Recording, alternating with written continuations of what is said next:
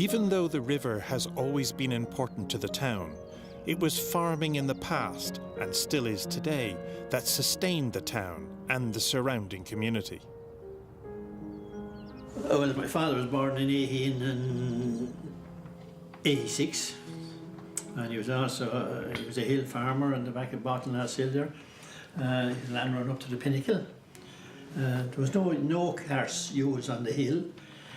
It was too steep to go across. We've got iron wheel carts with the lower wheel is just sinking the ground. So animals were made as a beast of burden, in other words.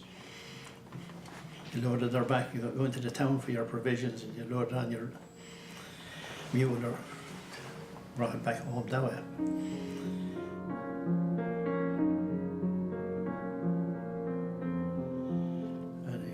So later years, the first bicycle I bought for 5 shillings, a second-hand bike. That would be back in the, it's probably in the 30s as well.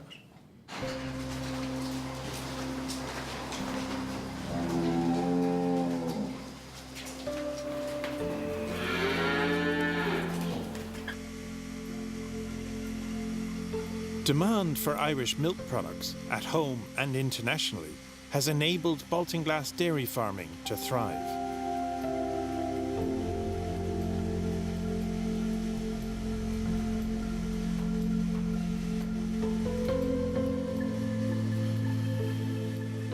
Farming today is far more mechanised than in PJ's early days, when a journey to the barn at night time had its own complications.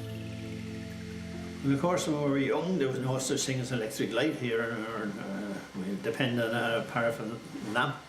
You went out to milk your cows in the winter's night, or maybe a cow cabin or something like that. So you had to get this lantern and hold it in under your coat, or the wind would blow it out. So you went back to square one, and if it blew out, you might go back inside again and light it again and start it off again. Electrification made a tremendous change. Everything changed. In other words, you could regard it as a transition period from the old ways to the new ways. Everything was geared up to the new ways, you see.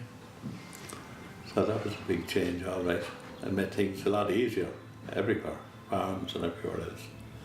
And of course, light in the area, of course, was wonderful. Looked out at night time, you saw lights all over the place, otherwise, up to that was darkness. I remember well getting the first electric kettle, and that was just something else, to be able to plug something into a hole in the wall and boil a kettle without any effort. That was a help, if ever it was a help.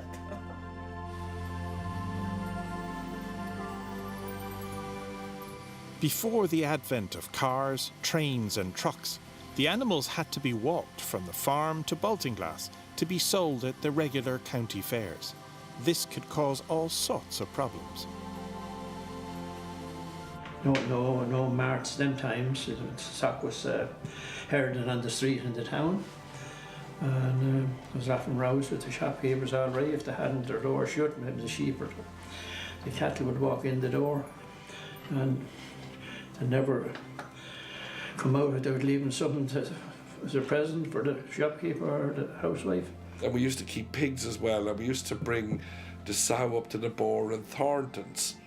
And this was always a terrible embarrassment. You would bring the sow through the town, and sows were always invariably covered in mud, and you didn't like to be, too close to them. So the sow seemed to, I suppose they were around for a lot of years. They were clever kids that they almost knew their way up, so you let the sow off and you kind of walk in the path nonchalantly as if you weren't associated with the sow, keeping your distance. And so over the bridge, turn left up to Thornton's up in Clock, and then it was finished back down with the sow.